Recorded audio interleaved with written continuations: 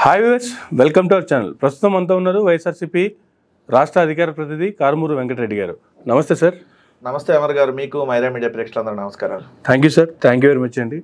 Sir, నిన్న మీ అధ్యక్షుల వారి ఆధ్వర్యంలో మిర్చి అడిగెళ్ళారు రైతుల సమస్యలు తెలుసుకోవడానికి. రైతులకి మా పార్టీ అండగా ఉంటుంది. గతంలో మేము అధికారంలో ఉన్నప్పుడు రైతులకి ఏ విధమైనటువంటి ఇన్సెంటివ్స్ ఇచ్చాము, లేదంటే వాళ్ళకి ఏ విధంగా అండగా ఉన్నాము. రైతు భరోసా కేంద్రాలు తీసుకొచ్చి రైతులకి ప్రతి ఒక్కరికి ప్రతి గ్రామంలో రైతు భరోసా కేంద్రాలు ఏర్పాటు చేసి ఏ విధంగా రైతుల యొక్క వాళ్ళ స్థితిగతులు పెరిగే విధంగా, వ్యవసాయం ఉత్పత్తులు పెరిగే విధంగా, దాంతోపాటే వాళ్ళ పెట్టుబడులు మళ్ళీ వాళ్ళకి రిటర్న్ వచ్చే విధంగా, మద్దతు ధర ఏ విధంగా తీసుకొచ్చామనేటువంటి దాని మీద కూడా మంచి క్లారిటీని ఇచ్చే ప్రయత్నం చేశారు.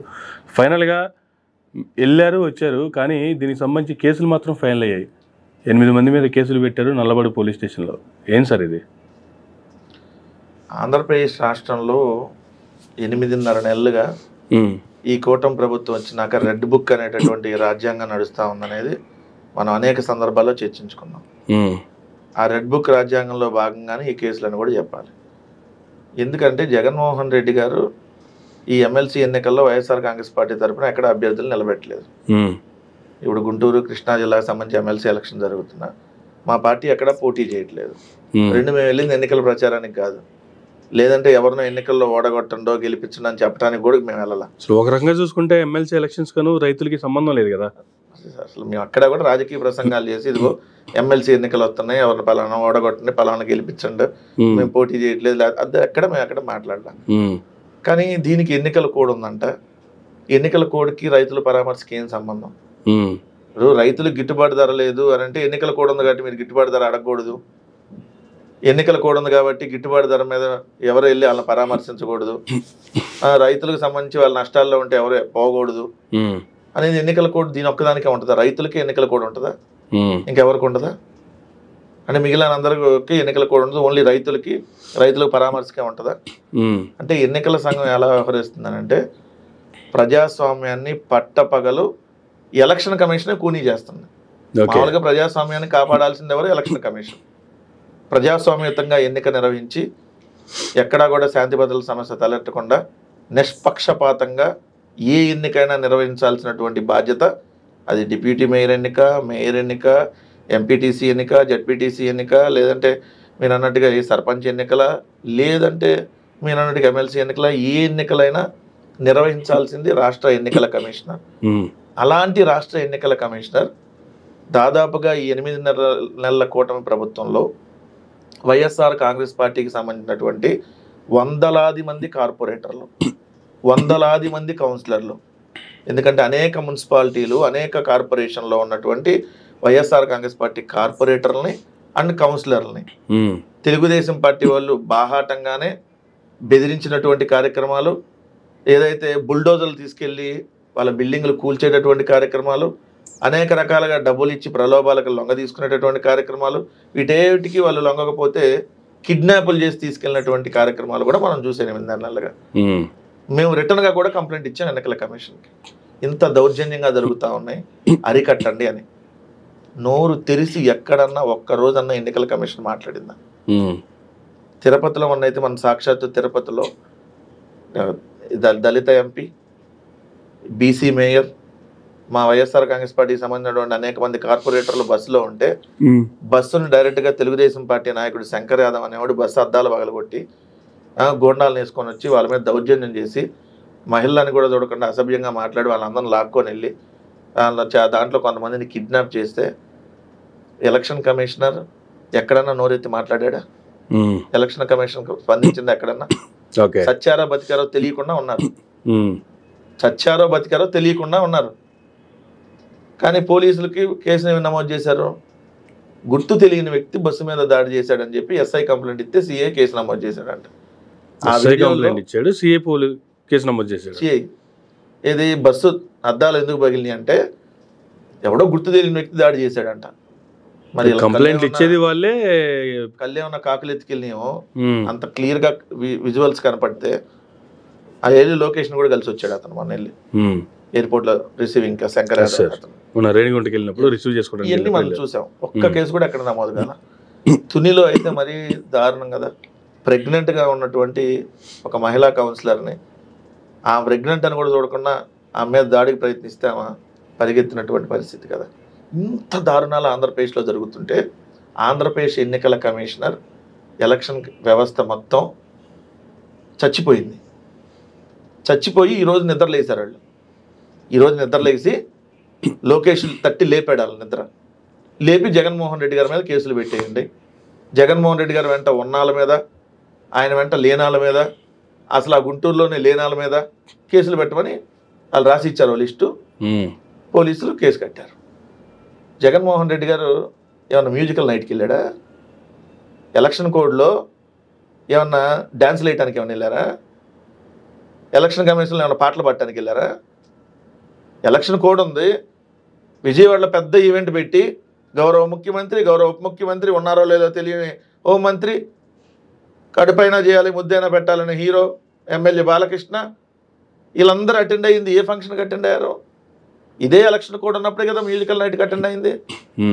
ఎలక్షన్ కమిషన్ చచ్చిపోయిందా? ఏమన్నా చంపేశారు లేకపోతే మిమ్మల్ని? మరి వాటి మీద కదా కేసులు పెట్టాలి. అక్కడికి వెళ్ళి భావితరాల నాయకుడు అయ్యి అని చెప్పి పొగుడుతున్నారు కదా. పొగినప్పుడు మరి వాళ్ళ మీద పెట్టాల్సిందే. అదేవిధంగా ఎన్నికల కోడ్ ఉల్లంఘించి అనేక చోట్ల వాళ్ళు అనేక కార్యక్రమాలు చేస్తూ ఉన్నారు తెలుగుదేశం వాళ్ళు. మరి అక్కడన్నా కేసులు పెట్టారా? జగన్మోహన్ రెడ్డి గారు రైతులకు సంబంధించి ఆంధ్రప్రదేశ్లో రైతాంగం దయనీయమైనటువంటి పరిస్థితిలోకి వెళ్ళిపోయింది. 9 నెలలుగా రైతు పంట పండించేటప్పుడు నాణ్యమైన విత్తనం దొరకట్లేదు. పంట సరే ఎలాగోలా పండిస్తే ఆ పండించింది అకాల వర్షాలతో కోల్పోవటం లేదు. ఎంతో కొంత కాపాడుకున్నటువంటి పంటను అమ్మాలి అని అంటే సరైనటువంటి ధర రాక ఈరోజు మిర్చి రైతులతో పాటు వరి అనేక పంటలు పండించినటువంటి అన్ని రకాల రైతులు దయనీయమైనటువంటి స్థితిలో ఉన్నారనేది ఓపెన్గా అందరికీ తెలిసిందే. దాంట్లో మిర్చికి సంబంధించి మిర్చి రైతులు ఎదుర్కొంటున్నటువంటి సమస్యలు, వాళ్ళ కష్టాలని స్వయంగా విని ప్రభుత్వం మీద ఒత్తిడి తీసుకురావటం కోసం, ఏదైతే వాళ్ళకి గిట్టుబాటు ధర కల్పించమని చెప్పి ప్రభుత్వాన్ని డిమాండ్ చేయటం కోసం వాళ్ళ దగ్గరకు పరామర్శకు వెళ్ళి జగన్మోహన్ రెడ్డి గారి మీద కేసు పెడతారా? జగన్మోహన్ రెడ్డి గారితో పాటు మరొక 8 మంది మీద, అంటే మాజీ మంత్రిగా ఉన్నటువంటి అంబటి రాంబాబు గారు, కొడాలి నాని, అసలు అక్కడ లేనటువంటి పేరు నాని గారు, అట్లానే ప్రస్తుతం ఎమ్మెల్సీగా ఉన్నటువంటి మా తలసిల రఘురామ్ గారు, అట్లానే లేళ్ల అప్పిరెడ్డి గారు, మాజీ ఎమ్మెల్యే పిన్నెల రామకృష్ణారెడ్డి గారు, గుంటూరు నగర మేయర్ కావటి మనోహర్ నాయుడు గారు, వీళ్ళందరి మీద కేసులు పెట్టారు. అంటే ఎంత దౌర్జన్యంగా, ఎంత అక్రమాలకి డైరెక్ట్గా ఎన్నికల కమిషన్ అడ్డం పెట్టుకొని చేస్తున్నారంటే ఎన్నికల కమిషనా ఇది, ఎర్ర బుక్ కమిషనా అని అడుగుతున్నాం క్లియర్గా. ఆంధ్రప్రదేశ్ రాష్ట్ర ఎన్నికల కమిషనా ఇది, లేదంటే లోకేష్ ఎర్ర బుక్ కమిషనా? లోకేష్ ఎర్ర బుక్ కమిషన్ అయితేనే ఇలాంటిది ఉంటాయి. ఎందుకంటే వాళ్ళు సీల్లో లేరు కదా, ఎందుకు కేసు పెట్టారంటే వాళ్ళు అనుకున్నారు పెట్టేశారు అంతే. అంటే వాళ్ళు ఎవరి మీద కక్ష సాధించుకోవాలంటే వాళ్ళ మీద కేసులు పెడతారు.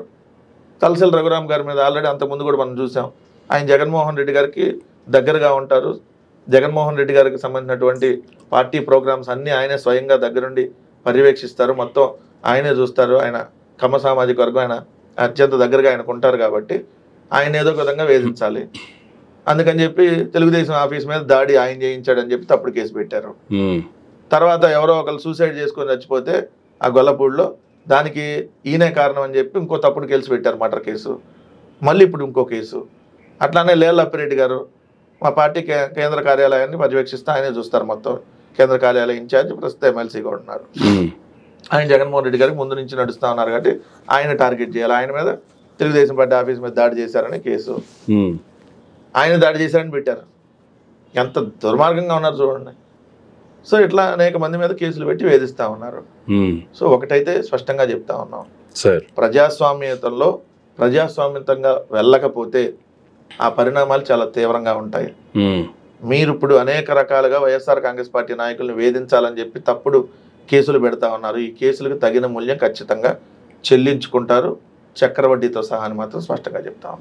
కానీ జగన్మోహన్ రెడ్డి గారు మిర్చి రైతులకు అండగా వెళ్ళిన కొద్ది గంటల లోపే చంద్రబాబు నాయుడు గారు కేంద్ర మంత్రికి లేఖ రాశారు, రైతులకు మద్దతు ధర వచ్చేలాగా చర్యలు తీసుకోవాలి అని.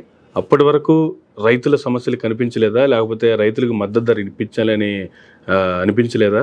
ఇప్పటికిప్పుడు ఇమీడియట్గా లేఖ రాయడం వెనక ఉద్దేశం ఏంటంటే ఏం చెప్తారు సార్? చెప్పాను కదా, జగన్మోహన్ రెడ్డి గారు వెళ్ళారు, ఆ అశేష జనవాహిని మీరు చూశారు. నేను కూడా వెళ్ళిన తాడేపల్లి నుంచి జగన్మోహన్ రెడ్డి గారి కాన్వాయ్ని ఏదైతే కాన్వాయ్ వెంట మళ్ళీ ఎక్కడికక్కడ ఆపుకుంటా ప్రజలు ఆయన స్వాగతం చెప్తూ గుంటూరు మిర్చియాడికి వెళ్తుంటే గుంటూరు హైవే అక్కడ దిగి మళ్ళీ మిర్చియాడికి వెళ్ళేదాకా దాదాపుగా గంట సమయం పట్టింది ఆ కొద్దిపాటి దూరానికి. అసలు కారు కదలనీయకుండా ముందుకి అంత అశేష జనం ఆయన జగన్మోహన్ రెడ్డి గారిని కలవాలి అని చెప్పి. దాంట్లో యువకులు ఉన్నారు, మహిళలు ఉన్నారు, రైతులు ఉన్నారు. అందరూ నిన్న జగన్మోహన్ రెడ్డి గారికి చాలా కష్టాలు చెప్పాలని, లేదా మేము మీ అంట ఉన్నామన్నా అండగా ఉంటాం, ఈ ప్రభుత్వం మీద పోరాడదామని చెప్పడానికి అనేక మందిని మీరు వచ్చి చూశారు. అసలు లోపలికి వెళ్ళి బయటికి రాలంటే ఊపిరాడనంతటువంటి పరిస్థితి, అంటే అంత తొక్కిసలాట జరిగేంత జనం కిక్కిరిసిపోయి అక్కడ ఉన్నారు. సో అంత కిక్కిరిసిపోయినటువంటి జనంతో అసలు ప్రెస్ మీట్ జగన్మోహన్ రెడ్డి గారు అక్కడ పెడుతుంటే ఆ ప్రెస్ మీట్ కూడా జరగనీయకుండా అంత జనం తూపులాట. ఇప్పుడు ఆ క్రౌడ్ అక్కడ ఆ ప్లేస్లో జనం మొత్తం నిండిపోతే ఆ ప్లేస్ నిండా కనీసం ఆ ప్రెస్ మీట్కి ఆ మైకులు పట్టుకొని ఆ కెమెరాలు పట్టుకునే అంత ప్లేస్ కూడా లేకుండా అంత కిక్కిరిసిపోయినటువంటి జనం అక్కడ ఉన్నారు. ఆయన ప్రెస్ మీట్ పెట్టడానికి ఏదైతే జనం అంత తోపులాట జరుగుతూ ఉంది. ఒక పక్క జగన్మోహన్ రెడ్డి గారికి పోలీస్ బందోబస్తు ఎక్కడ కల్పించాలి, ఎందుకంటే ఆయన Z+ కేటగిరీ ఉన్నటువంటి వ్యక్తి, మాజీ ముఖ్యమంత్రి. ఆయన వెళ్తే వేలాదిగా జనం వస్తారని తెలుసు. సో ఒక్కళ్ళు కూడా పోలీసులను వాళ్ళు ఎక్కడ పెట్టినటువంటి పరిస్థితి. ఓన్లీ జగన్మోహన్ రెడ్డి గారు చుట్టుపక్కల ఉండే 5-6 ఎవరైతే గన్మెన్లు వాళ్ళు తప్ప ఎక్కడా కూడా సెక్యూరిటీ లేనటువంటి పరిస్థితి. సో నిన్న చూసారండి జగన్మోహన్ రెడ్డి గారు సుదీర్ఘంగా ప్రసంగిస్తే ఇంకా వీళ్ళ ప్రభుత్వం మీద ఏ విధంగా ఎండగడతాడు అనేటటువంటి ఉద్దేశంతో అసలు అక్కడ ఏం జరగకూడదు అనేటటువంటితో పోలీసులు కూడా వాళ్ళు పెట్టినటువంటి పరిస్థితి. మొత్తం నిన్నంతా అన్ని ఛానల్స్ మీరు చూశారు జగన్మోహన్ రెడ్డి గారిని. అసలు ఆ జనం ఏంటి, మొన్న గన్నవరం వెళ్తే జైలు దగ్గర జగన్మోహన్ రెడ్డి గారి కోసం ఆ జనము, దాని తర్వాత నిన్న ఏదైతే గుంటూరులో ఆ జనం చూసిన తర్వాత చంద్రబాబు నాయుడు గారికి సిగ్గు తెచ్చుకొని అప్పుడు లేఖ రాస్తున్నట్టుగా రాశాడు. లేఖ రాస్తున్నట్టుగా మరి మిన్నాళ్ళు మిర్చి రైతులు ధరలేదని నీకు తెలియదా? నిన్న జగన్మోహన్ రెడ్డి గారు ఇల్లు వచ్చినా నీకు గుర్తొచ్చిందా? సరే ఇప్పటికైనా 4 గిట్టుబాటు ధర కల్పిస్తావా? ఇప్పుడు ఏం చేయడు, 2 రోజులు పోతే మళ్ళీ 4 వదిలేస్తాడు గాలికి. ఈ చంద్రబాబు నాయుడు గారికి ఆయన అలవాటు ఇట్లా గాలికి వదిలేయటం. సో ఒకటైతే స్పష్టంగా చెప్తా ఉన్నాం, జగన్మోహన్ రెడ్డి గారు ఎప్పుడైతే నిన్న మిర్చి రైతులకు సంబంధించినటువంటి సమస్యలను ప్రస్తావించాడో, సో వాళ్ళ గిట్టుబాటు ధర కల్పించాలని ప్రభుత్వాన్ని డిమాండ్ చేశాడో, అప్పుడు చంద్రబాబు నాయుడు గారిలో చలనం వచ్చినట్టుగా నటించాడు. చలనం ఎప్పుడు రాయదు ఆయనకి, అందుకని ఏదో లేఖ తూతు మంత్రంగా రాశాడు. బట్ దాన్ని ఫాలో అప్ చేసి తీసుకున్న వాళ్ళ గిట్టుబాటు ధర కల్పిస్తే డెఫినెట్లీ అప్రిషియేట్ చేస్తాం. సో ఇది చంద్రబాబు నాయుడు గారు చేయాలని కోరుతున్నాం. సో ఫైనల్గా ఈ కేసులకు సంబంధించి వైసీపీ ఎలా రియాక్ట్ అవుతుంది, ఎలా రియాక్ట్ అవ్వబోతుంది అంటే ఏం చెప్తారు సార్? అలవాటు అయిపోయినాయి సార్ కేసులు. ఎన్ని పెడతారు, ఎన్ని రోజులు పెడతారు, సో ఎన్నాళ్ళు వేధిస్తారు? 5 ఏళ్లలో ఒకటి అయిపోతుంది కదా, ఇంకా 4 కదా ఉండేది. 4 2 ఏళ్ళు ఆగితే మళ్ళీ ఎన్నికలు 3 వచ్చేసింది కదా చివరి 2 సంవత్సరాలు. ఎన్ని కేసులు పెడతారు, ఎంతమంది అని వేధిస్తారు? వైఎస్ఆర్ కాంగ్రెస్ పార్టీని ఎంత తొక్కాలని చూస్తే అంత పైకి లేసిద్దని గుర్తుపెట్టుకొని చెప్తా ఉన్నాం. ఎవరి సపోర్టు లేకుండా కేవలం ప్రజల సపోర్ట్తోనే పైకి లేస్తాం. వైఎస్ఆర్ కాంగ్రెస్ పార్టీకి 4 రాజకీయ పార్టీలు ఏది చేతులు పెట్టుకొని లేపితే లేసే పార్టీ కాదు వైఎస్ఆర్ కాంగ్రెస్ పార్టీ మీలాగా. ఈ రాష్ట్రంలో సింగిల్గా ప్రజాదరణ కలిగి ఇప్పటికీ ఈవీఎంల లాంటివి మేనేజ్ చేసిన 40% ఓట్లు అలానే ఉన్నాయనంటే అది మా బలం. 62-63% వాస్తవంగా అయితే మా బలం 100లో. కానీ ఈవీఎం ద్వారా మీరు 40కి తగ్గించి ఉండొచ్చు. కానీ ఈరోజు మీరు 3 పార్టీల కూటమి నాయకులు వెళ్తుంటే ఏడాది జనం ఉన్నటువంటి పరిస్థితి. చంద్రబాబు నాయుడు చిన్న రచ్చబండల దగ్గర పొద్దుపడి మీటింగ్లు పెట్టుకునే పరిస్థితి. కానీ జగన్మోహన్ రెడ్డి గారు వెళ్తుంటే ఈరోజు వేలాదిగా పబ్లిక్ ఏంది, మీరన్న 11 సీట్లే, మీరన్న 11 సీట్లే, మీరన్న ఆ జగన్మోహన్ రెడ్డి గారిని అవహేళన చేస్తున్న ఆ జగన్మోహన్ రెడ్డి గారిని చూస్తానికి మీరన్న అంతమంది అశేష జనం ఆయన వస్తున్నారు. సో కేసులుగా మా నాయకుడిని 16 నెలలు జైలుకి పంపారు. మా నాయకులు అనేక మంది మీద కేసులు పెట్టారు. ఎమ్మెల్యేలు, ఎమ్మెల్సీలు, మాజీ ఎమ్మెల్యేలు, మాజీ మంత్రులు, మాజీ ఎంపీలు అందరి మీద కేసులు పెట్టారు కదా అనేక మంది నాయకుల మీద. మీ కేసులకు మా సోషల్ మీడియా కార్యకర్త భయపడ్డా, మా నాయకులకు భయపడతారా? పల్లెటూరులో ఉండి మా సోషల్ మీడియా కార్యకర్తే ఈ కూటమి ప్రభుత్వం పెట్టే కేసులకు భయపడ్డావు. సో వాళ్ళు ఎన్ని కేసులు పెడతారో పెట్టుకోండి. కేసుల గురించి భయపడే వాళ్ళు వైఎస్ఆర్ కాంగ్రెస్ పార్టీలో లేరు. ధైర్యంగా ఎదుర్కొంటాం, ధైర్యంగా పోరాడతాం. ఎన్ని కేసులు పెడితే ఇంకా బలంగా ఎదుర్కొంటాం, ఇంకా బలంగా పోరాడతాం. మాతో పాటు మా ఫ్యామిలీలు కూడా వచ్చి పోరాడతాయి. సో ఎక్కడా కూడా వీళ్ళ కేసులకి గురించి అసలు ఆలోచించే ప్రసక్తి లేదు. మేము ప్రజాక్షేత్రంలో ప్రజలకు ఏ విధంగా సేవ చేయాలనే దాని మీద పూర్తిగా మా కాన్సన్ట్రేషన్ ఉంటుంది. Right sir.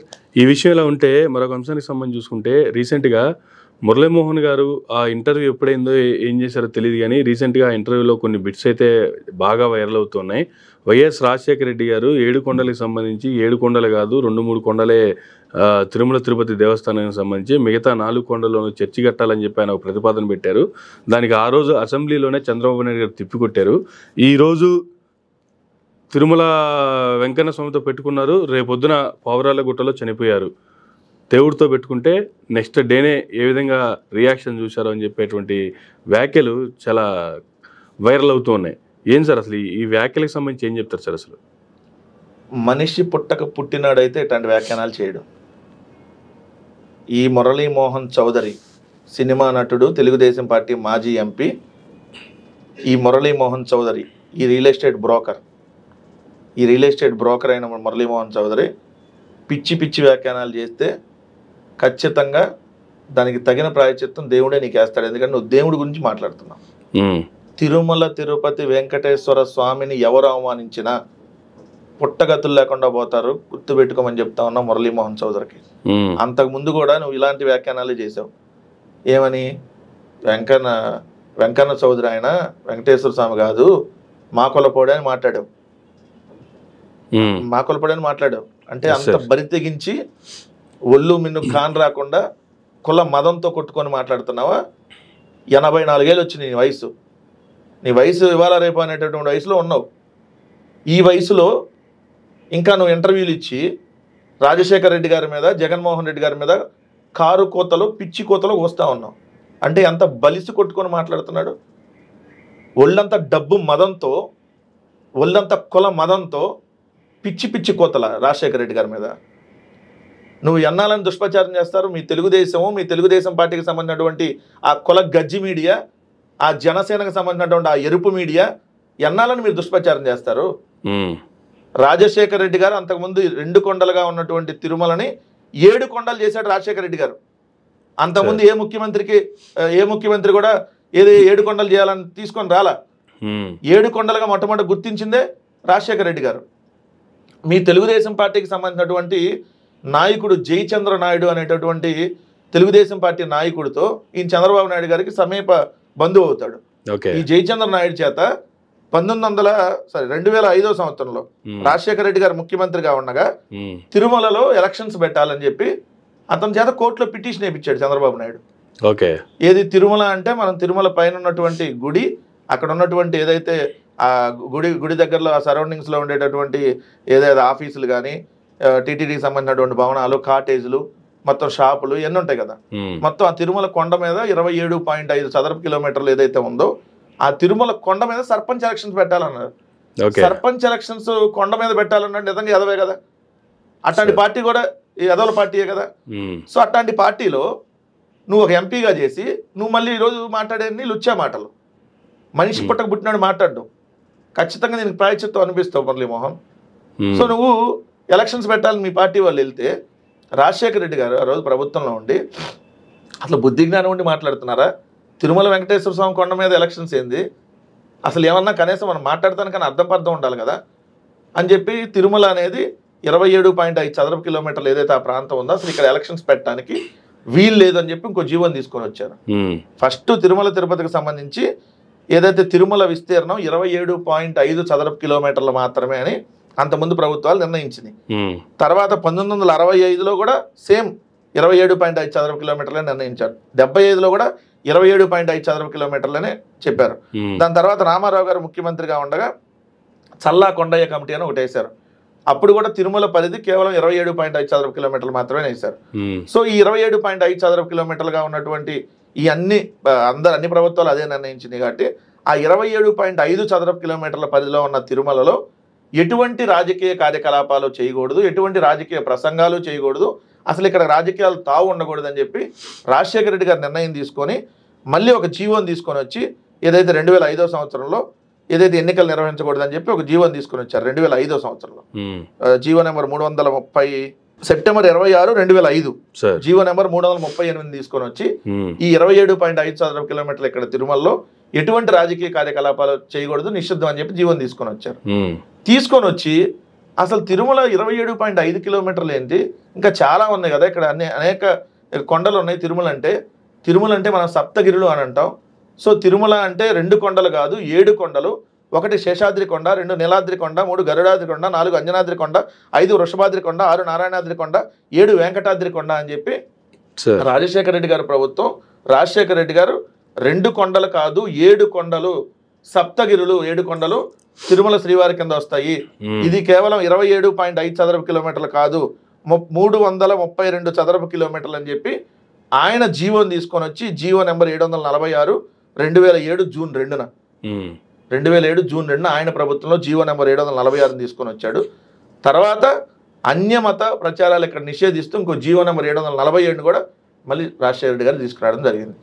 మరి ఇంతగా రాజశేఖర రెడ్డి గారు తిరుమలకు సంబంధించి పవిత్రతను కాపాడితే, ఈ బూట్లేసుకొని పూజలు చేసే ఈ ముఖ్యమంత్రి చంద్రబాబు నాయుడు, ఒళ్ళు బలిసి అడ్డంగా మాట్లాడే ఈ మురళీమోహన్ చౌదరి, తిరుమలలో లడ్డుల్లో జంతువులు కొవ్వు కలిసిందని చెప్పి కొవ్వెక్కి మాట్లాడిన ఈ ఉప ముఖ్యమంత్రి, ఈ ముఖ్యమంత్రులు, వీళ్ళు కదా తిరుమల ద్రోహులు, వీళ్ళు కదా తిరుమల పవిత్రను దెబ్బతీసింది. ఆయన అంటే రాజశేఖర రెడ్డి గారిని అంటే చంద్రబాబు నాయుడు హెచ్చరించాడంట. ఆ పుణ్యాత్ముడు చంద్రబాబు నాయుడు అనే ఆయన పుణ్యాత్ముడు హెచ్చరించాడంట. ఏది తిరుమల వెంకటేశ్వర స్వామితో పెట్టుకున్నారని. తిరుమల వెంకటేశ్వర స్వామిని మేము అత్యంత గౌరవించేది, మేము నీలాగా బూట్లు వేసుకొని ఏ రోజు పూజలు చేయాల, ఎక్కడ గుళ్ళు కోల్చలా. రాజశేఖర రెడ్డి గారి కుటుంబం మీద కూడా ఆ తిరుమల వెంకన్న ఆశీస్సులు ఉండబట్టే ఆయన 5 సంవత్సరాల పాటు పట్టు వస్త్రాలు సమర్పించే అవకాశం ఆయనకు దొరికింది. తర్వాత వాళ్ళ కుమారుడికి ఇంకో 5 సంవత్సరాలు పట్టు వస్త్రాలు సమర్పించే అవకాశం దొరికింది. అంటే ఒక కుటుంబంలో తండ్రి కొడుకులకి 10 సంవత్సరాల పాటు పట్టు వస్త్రాలు సమర్పించే అవకాశం దొరికిందంటే తిరుమల వెంకటేశ్వర స్వామి ఆశీస్సులు బలంగా ఉన్నాయి కాబట్టి. ఇక తప్పుడు ప్రచారం మానుకోకపోతే ఖచ్చితంగా మీకు తిరుమల వెంకటేశ్వర స్వామి మీకు శిక్ష ఇప్పటికే వేస్తాడు, దాంట్లో నో డౌట్. ఎందుకంటే ఇలాంటి గలీజులు మాటలు మాట్లాడి, ఎందుకంటే అక్కడ ఏదో సిలువలు పెట్టాలని చూసాడు, తప్పుడు కోతలు. దేవుడి మీద తప్పుడు ప్రచారం చేసే వాళ్ళు కూడా ఖచ్చితంగా దేవుడి శిక్షగా అర్హులే. సో తిరుమల వెంకటేశ్వర స్వామి మీద ఎవరైనా తప్పుడు ప్రచారం చేస్తే ఖచ్చితంగా ఆ వెంకటేశ్వర స్వామి చూసుకుంటాడు, మురళీమోహన్ కూడా చూసుకుంటాడు ఖచ్చితంగా. Right sir, thank you sir, thank you very much అండి. ఇదండి వైఎస్ఆర్సీపీ రాష్ట్ర అధికార ప్రతినిధి కారుమూరి వెంకటరెడ్డి గారితో అయినటువంటి మరొక గంటలో మళ్ళీ కలుద్దాం. చూస్తూనే ఉండండి మైరా మీడియా.